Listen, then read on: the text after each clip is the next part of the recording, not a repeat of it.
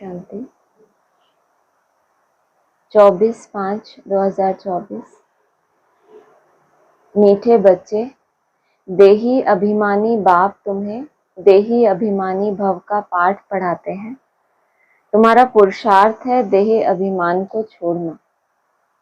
प्रश्न है, देह अभिमानी बनने से कौन सी पहली बीमारी उत्पन्न होती है? कौन सी बीमारी? देह अभिमान में है तो पहले पहले कौन सी बीमारी?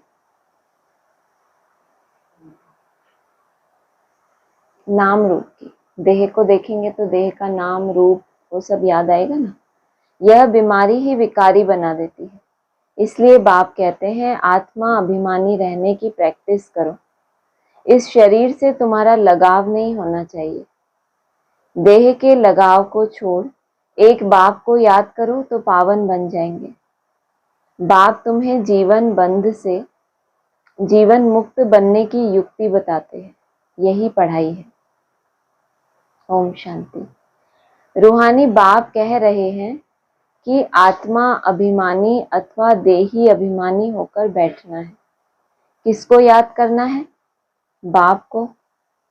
सिवाय बाप के और कोई को याद नहीं करना है।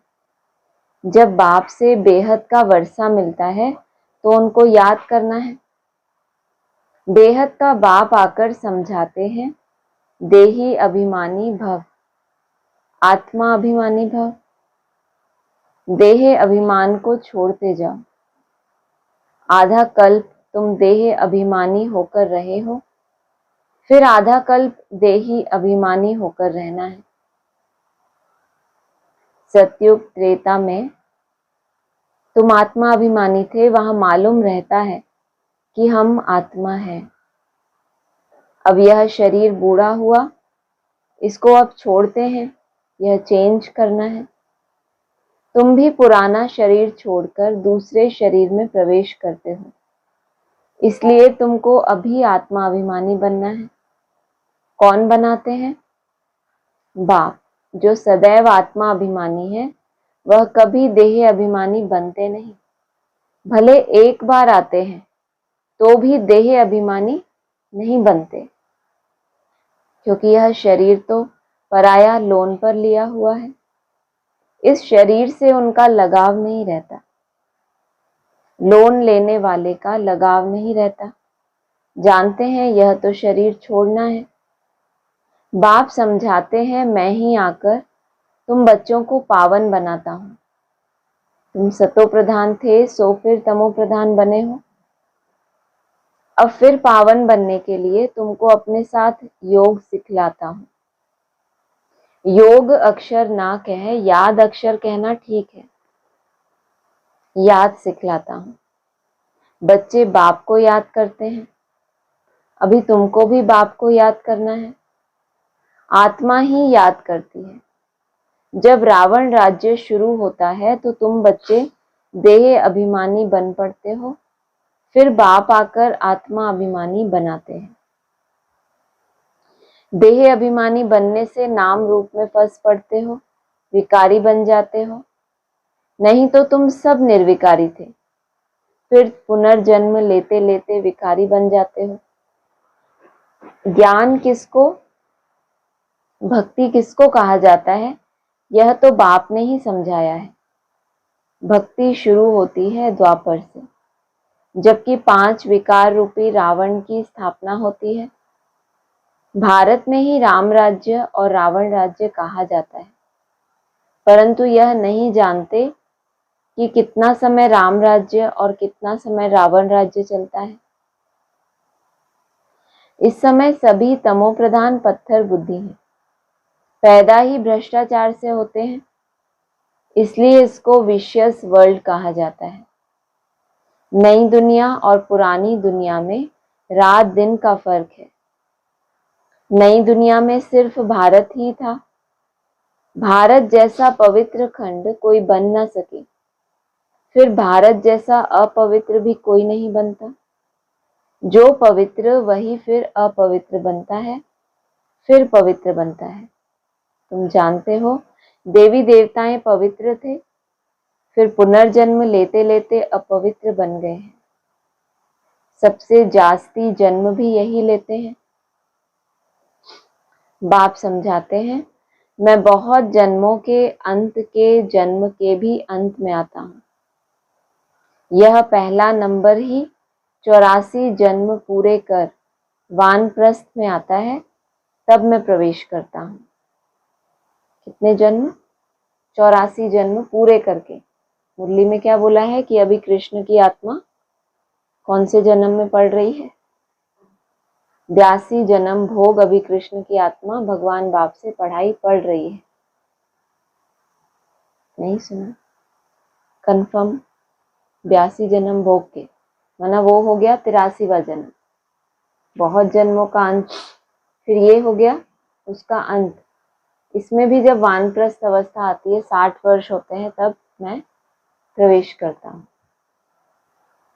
त्रिमूर्ति ब्रह्मा विष्णु शंकर भी है, परंतु किसको मालूम नहीं है, क्योंकि तमो प्रधान है ना। किसी की बायोग्राफी का किसी मनुष्य मात्र को पता नहीं है। पूजा करते हैं परंतु सब है अंधश्रद्धा। भक्ति को कहा जाता है ब्राह्मणों की रात। भक्ति को क्या कहा जाता है? ब्राह्मणों की रात। माना ब्राह्मणों की दुनिया में भी भक्ति होती है, तो उसको क्या कहा जाता है? ब्राह्मणों की रात। और सतयुग त्रेता है ब्राह्मणों का दिन। अब ब्रह्मा प्रजापिता है तो जरूर बच्चे भी होंगे ना, यह भी समझाया है। ब्राह्मणों का कुल होता है, डायनेस्टी नहीं। ब्राह्मण है चोटी। चोटी भी देखने में आती है, फिर ऊंचते ऊंच पढ़ाने वाला है परमपिता परमात्मा शिव। उनका नाम एक ही है, परंतु भक्ति मार्ग में अथाह नाम लगा दिए हैं। भक्ति मार्ग में भबका बहुत हो जाता है। कितने चित्र, कितने मंदिर, यज्ञ, तप, दान, पुण्य आदि करते हैं। कहते हैं भक्ति से फिर भगवान मिलता है। किसको मिलता है? जो पहले पहले आते हैं वही पहले पहले भक्ति शुरू करते हैं। जो ब्राह्मण सो देवता बनते हैं, वही यथा राजा रानी तथा प्रजा सर्वगुण संपन्न, 16 कला संपूर्ण, संपूर्ण निर्विकारी, अहिंसा परमो देवी देवता धर्म था। भारत में एक आदि सनातन देवी देवता धर्म था, तब अथाह धन था। बाप याद दिलाते हैं, पहले पहले तुम देवी देवता धर्म वाले ही 84 जन्म लेते हो। सब नहीं लेते हैं, सिर्फ 84 जन्म। वह फिर कह देते हैं 84 लाख जन्म। कल्प की आयु भी लाखों वर्ष कह दी है। बाप कहते हैं यह है 5000 वर्ष का ड्रामा। तो यह हुआ ज्ञान। 5000 वर्ष के चक्र की नॉलेज को क्या कहा? ज्ञान। और लाखों वर्ष, ये तो विनाश कभी हुआ ही नहीं। 36 में भी आया भगवान, फिर बोला जो फर्स्ट वर्ल्ड वॉर चल रही थी तब लगा कि अब बस विनाश होने वाला है। 76 आया, 2000 आया, 18 आया, तो क्या हो गया? लंबा होता जा रहा है। जो डेट फिक्स हो गई थी, जो मुरलियों में निशानियां बता दी थी, 40 वर्ष, 50 वर्ष, 60 वर्ष, सब पूरे होते जा रहे हैं।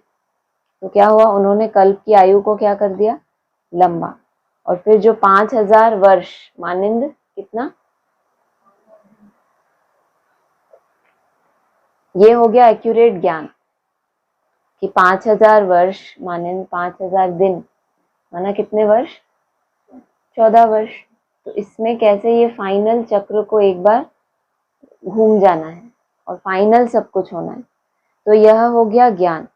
ज्ञान सागर एक ही शिव बाबा गाया जाता है। वह है हद के बाप, यह है बेहद का बाबा। हद के बाबाओं के होते हुए भी बेहद के बाप को याद करते हैं, जबकि दुखी होते हैं। पुनर्जन्म लेते लेते दुनिया पुरानी तमो प्रधान बन जाती है, तब फिर बाप आते हैं। सेकंड में जीवन मुक्ति मिलती है।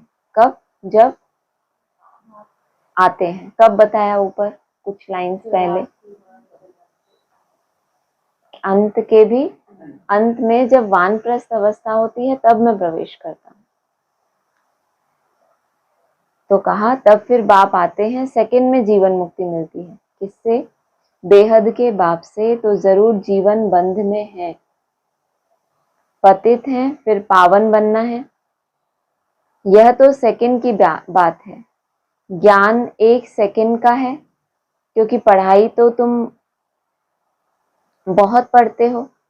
वह सब मनुष्य को पढ़ाते हैं।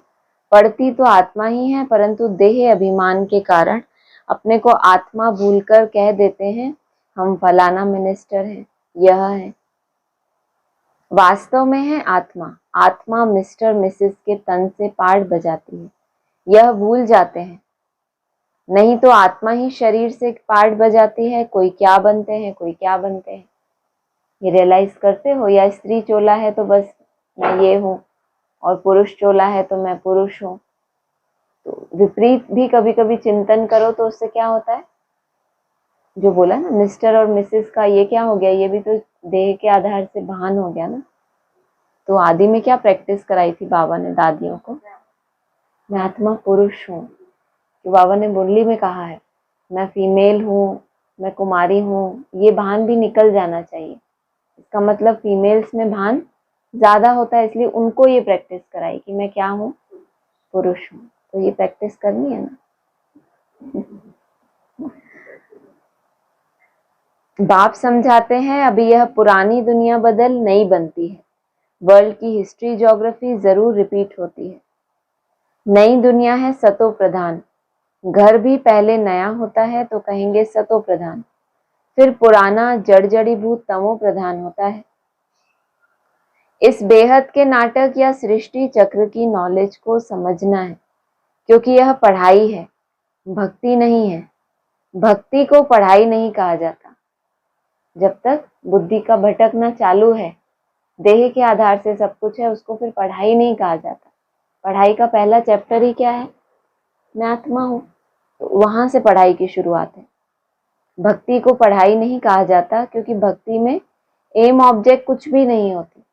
जो एक नियम प्रमाण, रसम प्रमाण, या उसको क्या कहते हैं, कर्म कांडों के प्रमाण चलते रहते हैं कि रोज की ये विधि करनी है, ये मंदिरों में जाना है, लेकिन उसमें कोई एम ऑब्जेक्ट नहीं है कि आज के दिन का मेरा लक्ष्य क्या है, कितना मुझे बाप को याद करना है, कैसे मुझे अपने ऊपर कौन से दिव्य गुण पे काम करना है। अगर एम ऑब्जेक्ट नहीं है तो क्या है?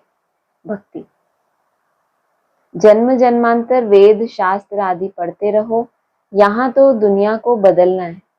सतयुग त्रेता में भक्ति नहीं, भक्ति शुरू होती है द्वापर से। तो यह बाप रूहानी बच्चों को बैठ समझाते हैं।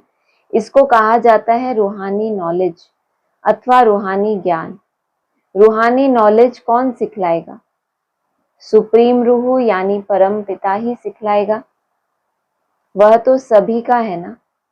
लौकिक बाप को कभी परम पिता नहीं कहेंगे, पारलौकिक को परम पिता कहा जाता है। वह है परम धाम में रहने वाले। बाप को याद भी ऐसे करते हैं, हे गॉड, हे ईश्वर। वास्तव में उनका नाम है एक, परंतु भक्ति में अनेक नाम दे दिए। भक्ति का फैलाव बहुत है। वह सब है मनुष्य मत। अब मनुष्यों को चाहिए ईश्वरीय मत। ईश्वरीय मत, श्रीमत। श्री श्री 108 की तो माला बनती है ना। यह प्रवृत्ति मार्ग की माला बनती है। फिर पुनर्जन्म लेते लेते सीढ़ी उतरते इंसॉल्वेंट बन जाते हो। बुद्धि इंसॉल्वेंट बन जाती है तो मनुष्य दिवाला मारते हैं। जो 100% सॉल्वेंट थे वो इस समय इंसॉल्वेंट हैं। बुद्धि को ताला लगा हुआ है। वह लॉक किसने लगाया? कौन सा ताला गया हुआ है? गॉड रेस का ताला लग जाता है। भारत जितना नंबर 1 में था उतना और कोई खंड नहीं। भारत की बहुत महिमा है, क्योंकि माला बनाने के लिए बाप आया है। तो उसमें से चुनाव करने के लिए क्या करना पड़े? पेपर होगा ना। तो कौन सा ताला लग गया? गॉड रेस का। माना गॉड की रेस थी, लेकिन अपनी बुद्धि जिस तरह की थी उन्होंने उसको उस तरीके से उठाया तो ताला लग गया। सबकी बुद्धियों को तो नहीं लगा, नहीं तो माला 108 की कैसे बन गई? तो इतने सारे ब्राह्मणों के बीच में से चुनाव होना है, तो कोई ऐसा पेपर होगा ना, कोई ऐसा गहरा पेपर हो, कहते हैं ना कोई कोई कोर्स आता है तो कहते हैं आउट ऑफ सिलेबस आ गया, जो हमने पढ़ा नहीं था।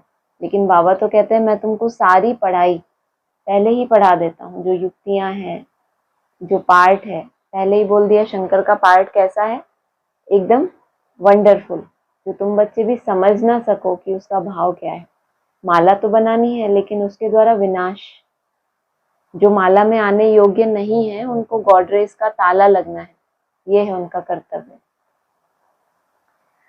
भारत की बहुत महिमा है। भारत सब धर्म वालों का बहुत बड़े से बड़ा तीर्थ है।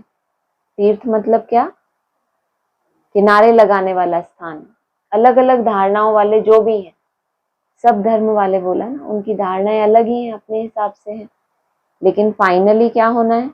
उनके लिए भी बड़े से बड़ा, उनको किनारे लगाने वाला स्थान कौन साबित होगा? चैतन्य भारत।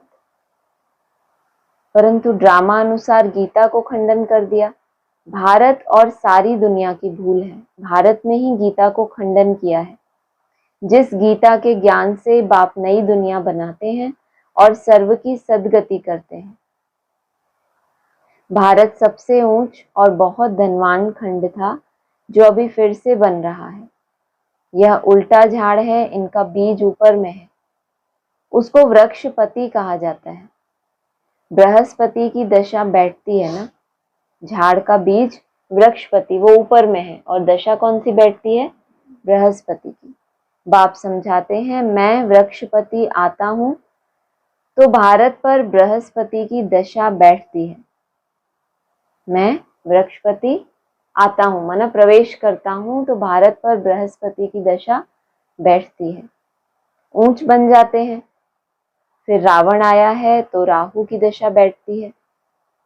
भारत का क्या हाल हो जाता है? वहां तो तुम्हारी आयु भी बड़ी रहती है, क्योंकि पवित्र हो। आधा कल्प तुम 21 जन्म लेते हो, बाकी आधा कल्प में भोगी बनने से आयु भी छोटी हो जाती है। फिर तुम 63 जन्म लेते हो। अभी बाप समझाते हैं सतो प्रधान बनना है, इसीलिए मामेकम याद करो। सब धर्म वाले इस समय तमो प्रधान हैं। तुम सभी को यह ज्ञान दे सकते हो। आत्माओं का बाप तो एक ही है, सब ब्रदर्स हैं, क्योंकि हम आत्माएं एक बाप के बच्चे हैं। भले कहते भी हैं हिंदू मुस्लिम भाई भाई, परंतु अर्थ नहीं जानते। आत्मा कहती राइट है, सब ब्रदर्स का बाप एक ही है, वर्षा देना ही है बड़े बाबा को। वह आते भी भारत में है। शिव जयंती मनाते हैं, परंतु वह कब आया था यह किसी को भी पता नहीं है। तुम्हारी युद्ध है 5 विकारों से।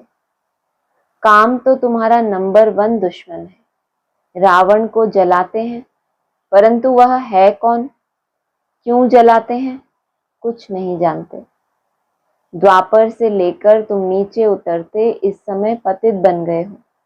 एक तरफ शिव बाबा को याद कर पूजते हैं, दूसरी तरफ फिर कहते हैं कि वह सर्वव्यापी है। एक तरफ उसकी पूजा करते हैं, फिर दूसरी तरफ सर्वव्यापी। जिसने तुमको विश्व का मालिक बनाया, उनको तुम माया के चक्र में आकर गाली देते हो। बाप कहते हैं मीठे बच्चों, तुम मुझे अनगिनत जन्मों में ले गए हो, मुझे कण कण में कह दिया। यह भी ड्रामा बना हुआ है। बेहद के बाप की ग्लानि करते कितनी पाप आत्माएं बन गए हैं। रावण राज्य है ना, यह भी तुम जानते हो। इस समय सब भक्तियां हैं। सबकी सदगति करने वाला कौन है? सचखंड स्थापन करने वाला सबका बाबा है। रावण को बाबा नहीं कहा जाता। 5 विकार हर एक में है। विकार से पैदा होते हैं, इसलिए भ्रष्टाचारी कहा जाता है। देवताओं को कहा जाता है संपूर्ण निर्विकारी। अभी हैं संपूर्ण विकारी। देवताएं जो पूज्य हैं वही फिर पुजारी बनते हैं।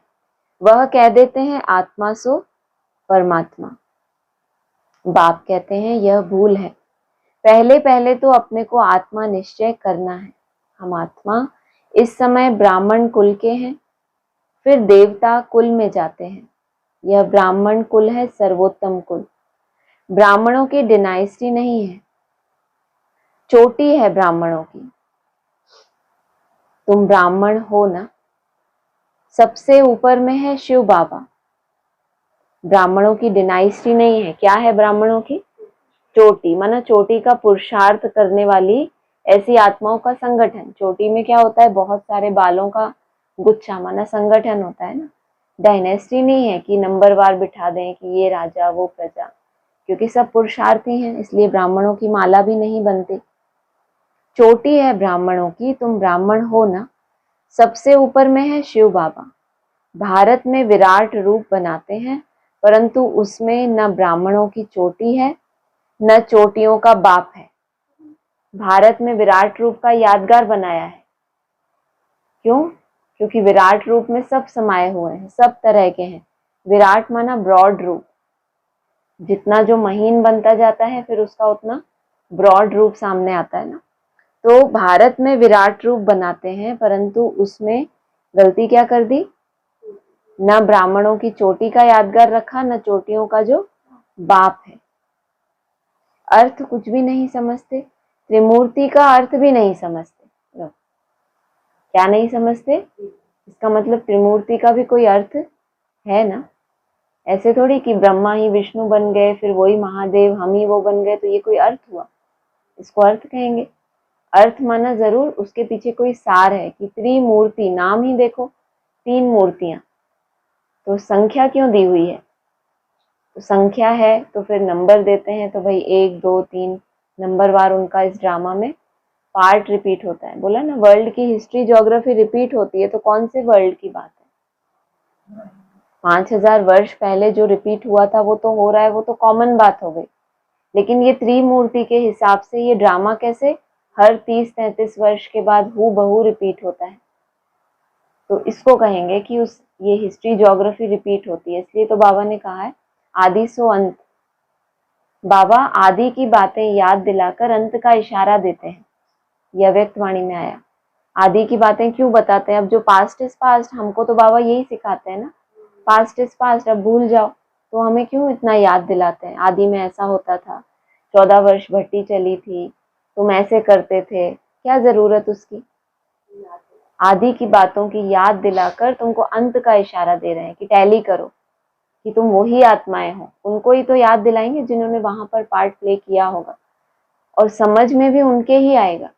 बाकियों को तो समझ में ही नहीं आएगा। वो समझेंगे हाँ हमारी दादियों ने ऐसा किया, वो कभी ये रिलेट नहीं करेंगे कि हम भी थे, तभी हम अंत में भी हैं, तभी हमें भट्टी की प्रेरणा होती है।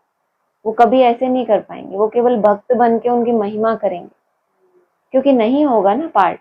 जिनकी आत्मा में नोंद होगी तो वो अपने आप को उस परिवार में जोड़ पाएंगे, अपने उस पिछले जन्म को कुछ न कुछ महसूस कर पाएंगे कि हम भी वहां थे। ऐसे नहीं कि हम वहां कथा सुनने के लिए थे, या जो पास्ट में हो गया अभी बस हम वो कहानी सुने कि ऐसा था ऐसा था। हम भी वहां पर थे। नहीं तो भारत का कोट ऑफ आर्म्स त्रिमूर्ति शिव का होना चाहिए। अभी तो यह कांटों का जंगल है, तो जंगली जानवरों का कोट ऑफ आर्म्स बना दिया। तो समझते नहीं है कि 3 शेर क्यों दिखाए हैं। प्रैक्टिकल में ब्राह्मणों की दुनिया में बाबा जो कहते हैं ना, जंगल में एक शेर तो जरूर होना ही चाहिए। तो ऐसा ही क्यों नूंधा हुआ है कि एक मूर्ति का पार्ट 30 वर्ष में पूरा होता है, तभी अगली मूर्ति को एंटर होना है, उसको ज्ञान मिलना, उसकी प्रोग्रेस होना, वहां से एक फिर शुरुआत होती है। फिर उसके 30 वर्ष जब पूरे होते हैं, फिर एक जो अगला पार्ट है उसको एंटर होना है। तो ये कैसा विचित्र पार्ट जो है इस ड्रामा में रिपीट होते रहते हैं। उसमें फिर लिख दिया है सत्यमेव जयते। सतयुग में तो दिखाते हैं शेर बकरी इकट्ठे जल पीते हैं। कैसे इसकी शूटिंग होती है, क्या समझाया गया क्लासेस में आपको?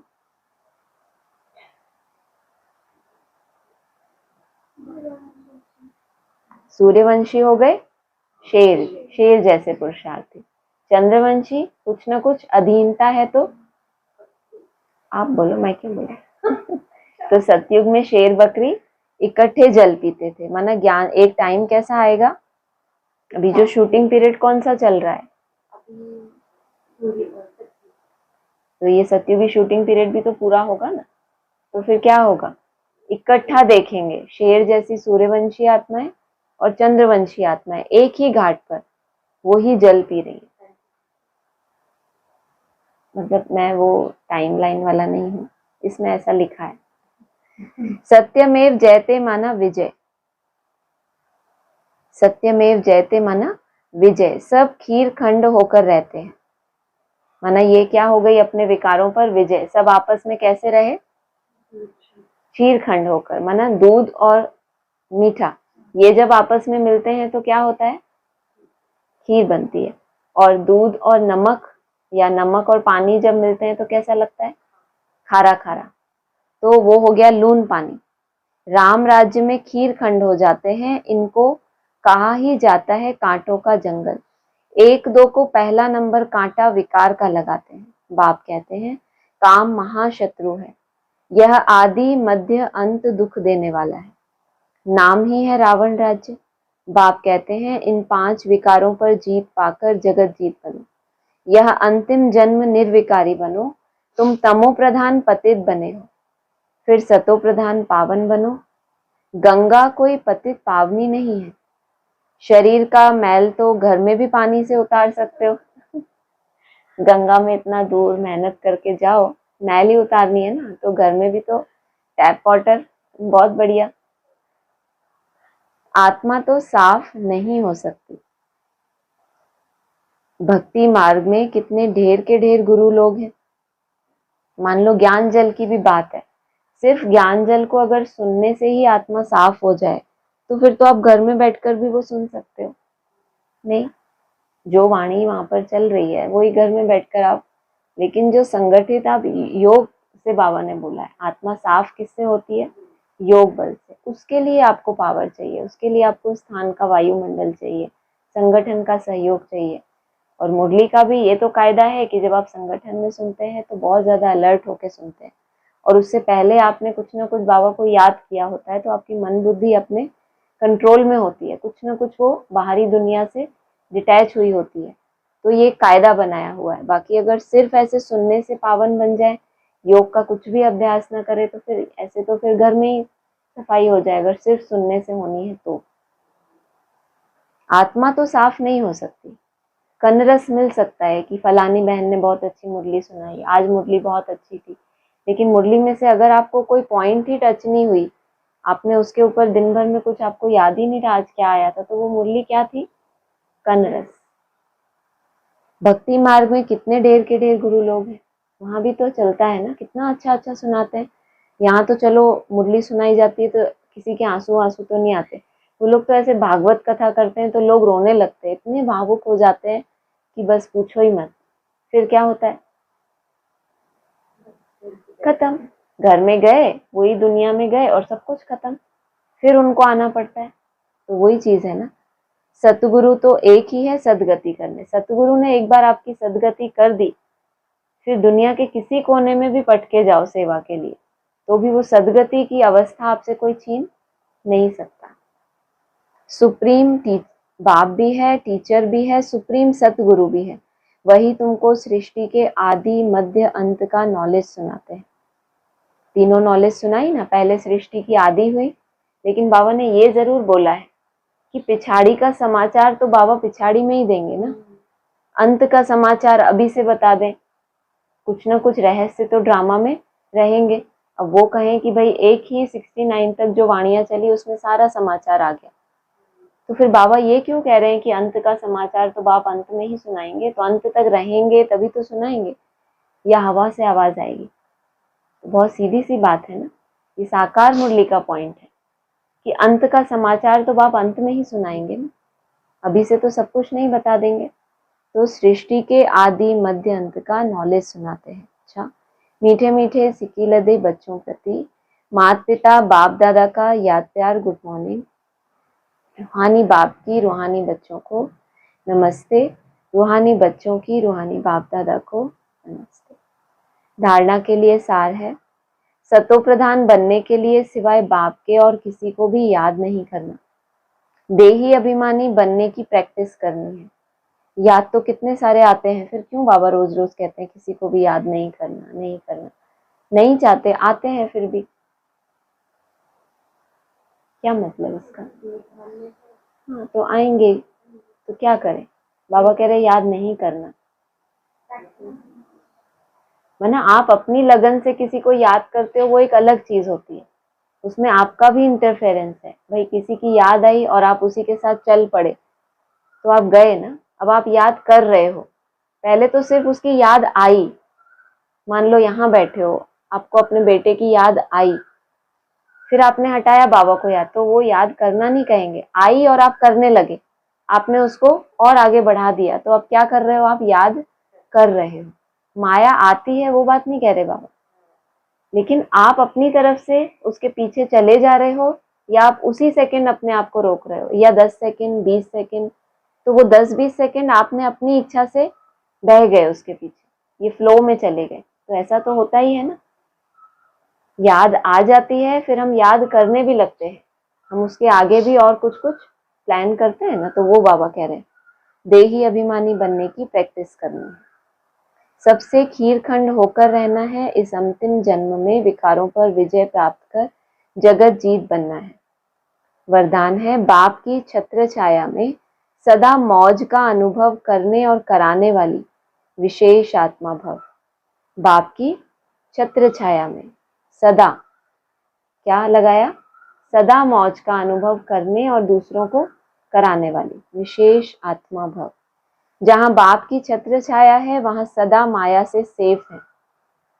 छत्र छाया के अंदर माया आ नहीं सकती, मेहनत से स्वतः दूर हो जाएंगे।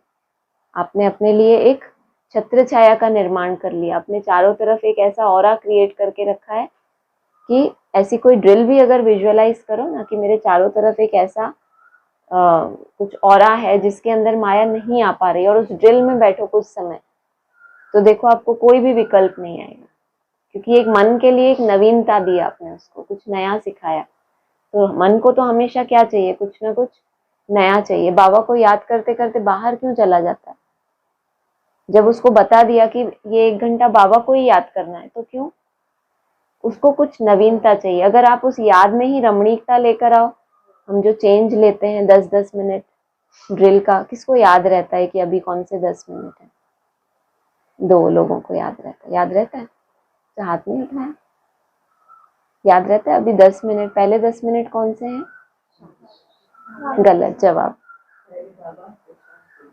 एक एक एक एक सबसे पूछे, सबसे पहले कौन सा हम करते हैं, पहला 10 मिनट, गलत जवाब।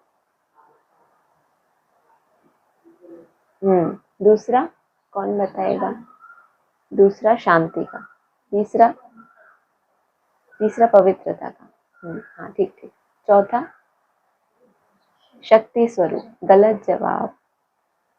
और 5वां पीछे विघ्न विनाशक, आपको याद है, छठा आप बताओ, 5वां, छठा आप बताओ,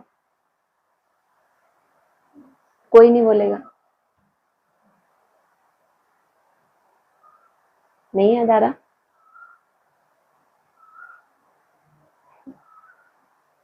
इसको कहते हैं याद करना। सर्व शक्तियां, सबसे पहला है बाबा को सामने रखना, बाबा से दृष्टि लेना, या जो भी हर एक का अपना पर्सनल है, जो भी आप विजुअलाइज करते हैं, बाबा को सामने इमर्ज करना। सेकंड है शांति की, जो 10-10 मिनट में हमारे अलार्म होते हैं ना, खैर उस टाइम आप यहाँ पर नहीं होते हैं, तो वैसे सबने अपने पर्सनल भी ऐसे रखे हुए हैं, किसी किसी ने हर 10 मिनट में वो अलार्म होता है, तो चेंज लेते हैं, तो वो चेंज लेते लेते आपका मन बहुत कम, उसके पास ये चांस होता है कि वो भटके। तो पहले 10 मिनट में ये होता है, दूसरे में शांति, फिर पवित्रता, फिर शक्ति स्वरूप, फिर विघ्न विनाशक, और लास्ट में सर्व शक्तियां अपने अंदर भरना। ठीक है, कल से और अटेंशन रखेंगे इसका। मौज में रहेंगे कब, जब छत्र छाया के अंदर होंगे तो मेहनत से स्वतः दूर हो जाएंगे। मौज में रहेंगे क्योंकि मेहनत मौज का अनुभव करने नहीं देती। छत्र छाया में रहने वाली ऐसी विशेष आत्माएं ऊंची पढ़ाई पढ़ते हुए भी मौज में रहती है। लौकिक दुनिया में तो बहुत ज्यादा कठिन होता है, तो बेचारे डिप्रेशन में चले जाते हैं, और आप इतनी ऊंची पढ़ाई पढ़ते हुए भी क्या करते हो, मौज में रहते हो, क्योंकि उन्हें निश्चय है कि हम कल्प कल्प के विजयी हैं। नहीं तो लोगों को नाज होता है, लौकिक पढ़ाई भी कोई ऐसे ही थोड़ी ना पास हो जाता है, उनको भी कितना पढ़ना पड़ता है। लेकिन एक एडिशन बाबा ने किया कि आप मौज से पढ़ते आपको कभी डिप्रेशन नहीं हो जाएगा? संभावना है कि इतना लोड आ जाए कि कितनी कठिन पढ़ाई है, बाप रे, ऐसा लगता है कभी? संभावना ही नहीं है, क्योंकि उन्हें निश्चय है कि हम कल्प कल्प के विजयी हैं, पास हुए पड़े हैं। तो सदा मौज में रहो, दूसरों को मौज में रहने का संदेश देते रहो, यही सेवा है। स्लोगन है, जो ड्रामा के राज को नहीं जानता वही नाराज होता है। अच्छा, ओम शांति।